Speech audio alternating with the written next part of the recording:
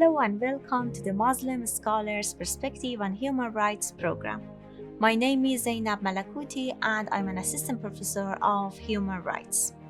Today my guest is Professor Gavahi, the president of World Religion Research Center and an expert in religious studies. I'm going to discuss the relationship between religion, human rights, and freedom with him. He has authored several books and articles on different subjects such as religious, cultural, political, and economic matters. He currently serves as the head of Department of Future Studies at the Iranian Academy of Science. Together, we'll explore various topics such as how religion perceives human rights and freedom. We also analyze whether there is a conflict between human rights and religious principles, and if such conflict exists, how can it be solved? Also, we see that can we consider human rights as universal rights in regards to the existence of different cultures? Thank you for being with us.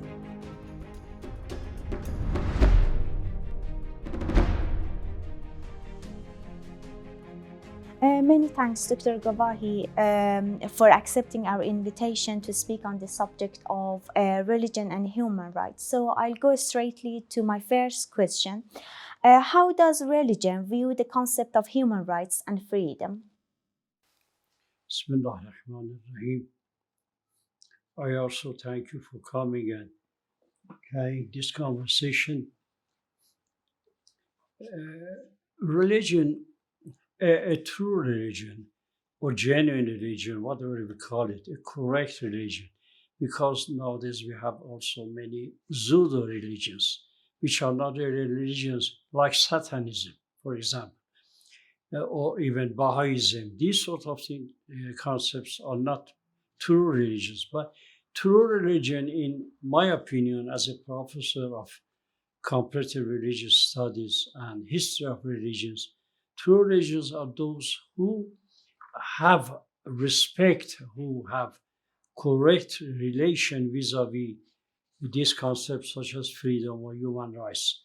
Therefore, if you tell me of a religion which does not respect human rights or which does not respect freedom, I will try to say, maybe they have their own arguments, but I will try to say that they are not a genuine religion.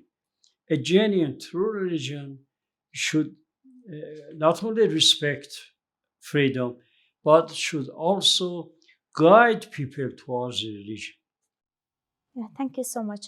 So, can human rights be universal in your opinion, or are they subject to different interpretation in different cultures and religions? Yes, anything can be universal, but universal has a definition. That means the majority of the people on the world should somehow accept it or at least not oppose it. If something is not correctly or genuinely approved by the majority of the people, that is not universal.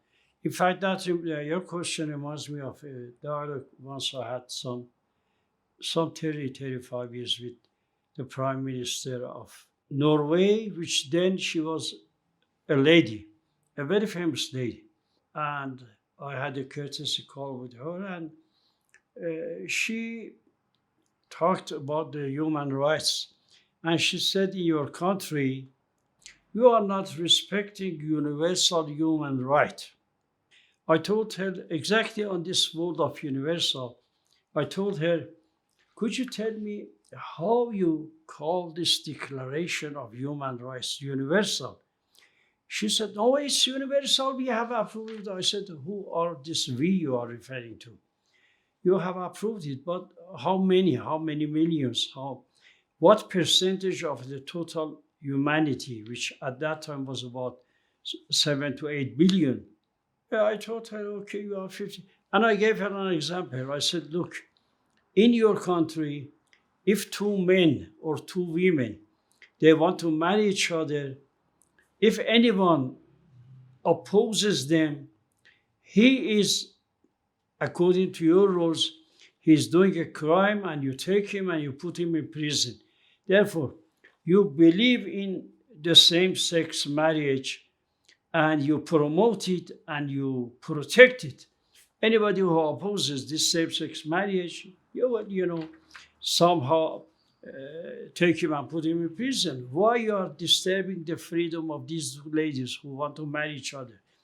I said we are more than 2 billion Muslims, just like you, which you are more than 2 billion Christians. I said, you in Christianity, you are not even 5%. That was 30 years ago. You in Christianity who believe in homosexuality, you are not even 5% of the Christians. But in Islamic world, we don't have even 1% who believe in the same-sex marriage. I said, you have put the same-sex marriage in your Universal Declaration of. How is this universal? Have you ever asked us, the Muslims, which we are more than 20% of on that day, 25% of the world population? Have you ever asked us that we agree with this or not? I told him, your Declaration of Human Rights is not universal because we, the Muslims, and even 95% of the Christians, and of course many of the other religions, they don't agree with this. Therefore, if one day we reach something very solidly universal, like the United Nations Charter, okay, almost all countries, they believe in it, and they are members of United Nations. But this human rights, which promotes everything, including same-sex marriage, this is not universal. Thank you so much.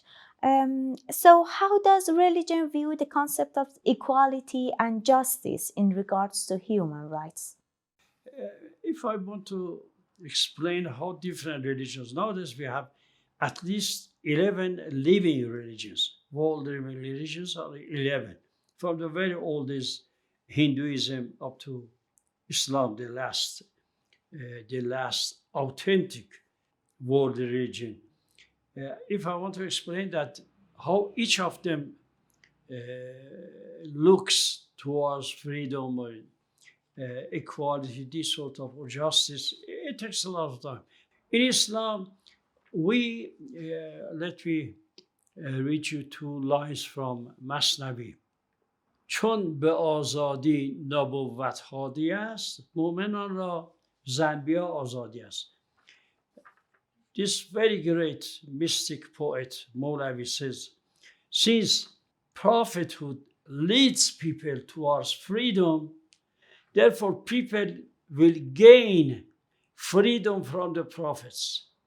Because prophets have come to tell us not to be a slave of anybody in the land of God. No king, no emperor, no dictator, no one. You are born free and you have to stay free because you are in the image of God. You are born in the image of God. Justice is the very basic issue of divine religions.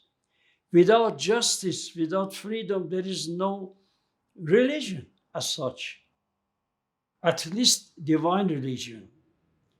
Therefore, how can a religion oppose justice? How can a religion disagree with human rights?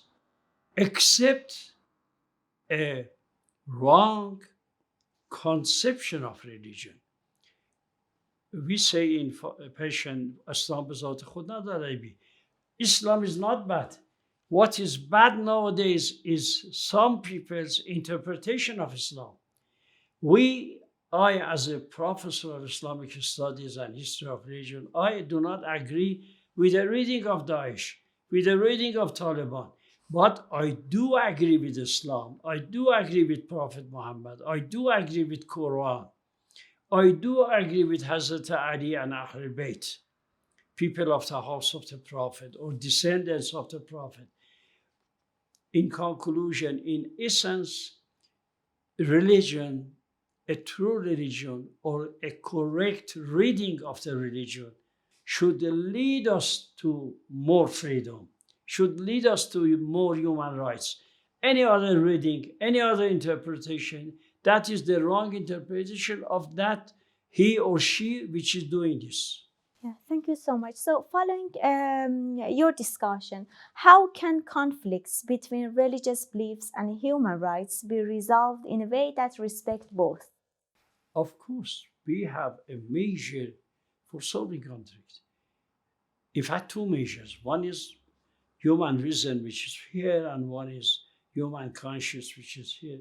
If someone thinks, acts, behaves reasonably, logically, and consciously, all these differences should be resolved.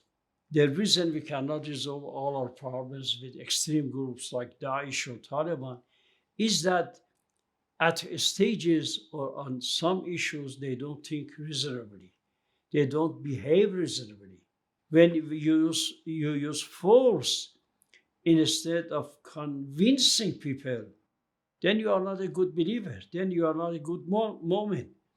Not a good believer, not only in Islam, also not in Christianity or Judaism or any other religion. A good believer should convince people. ادعو إلى سبیل ربک بالحکمة و موعظة الحسنة. A good believer will invite others to his idea, to his ideology, to his religion. A good believer will never force anybody because the whole basis of a religion, as I told you, is a conviction by heart, is a believing. And we have it in Quran, which says, La ikraha fi din. قد تبين الرشد من الغی. There is no force, no compulsion in religion. Religion should be based on equality, on freedom, on the rights, on justice, on good behavior, on decent behavior, on truthfulness, on all good things. Otherwise, you are acting both evil and devilry. Many thanks for your time and consideration. Thank you so much. Thank you as well. Thank you.